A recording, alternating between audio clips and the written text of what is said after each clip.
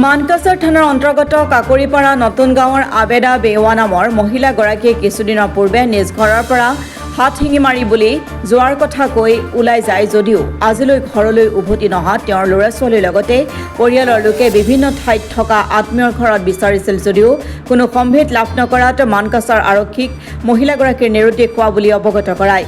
সেয়ে কোনো সৰাসৰ ব্যক্তিয়ে যদি উক্ত মহিলাগৰাকীক দেখা পায় তেন্তে 9395487122 নম্বৰত যোগাযোগ কৰিবলৈ পৰিয়ালৰ লোকে আহ্বান জনায়।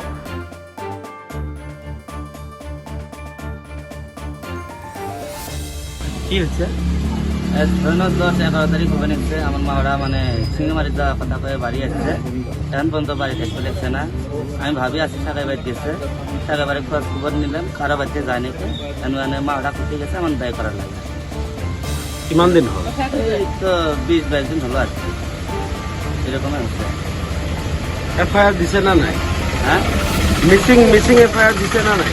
জানি এখন কি করতে লাগছে আর কি। আমি খানা পাইছিলাম এখন দেখি খানা দিই মিটিং দিয়ে দিই খানা আলাই কি করে চলবো। কি নাম? আবার দেখা বয়স কিমান হব? 70-71 এরকমই হবে। কিবা রাগ করে গৈছে নাকি? না না রাগ করে যায়নি মানে ব্যাংকের কাগজ নিয়ে গেছে অফিসত এখনো ঘুরে নাই ঘুরে অহা নাই। আহেনি।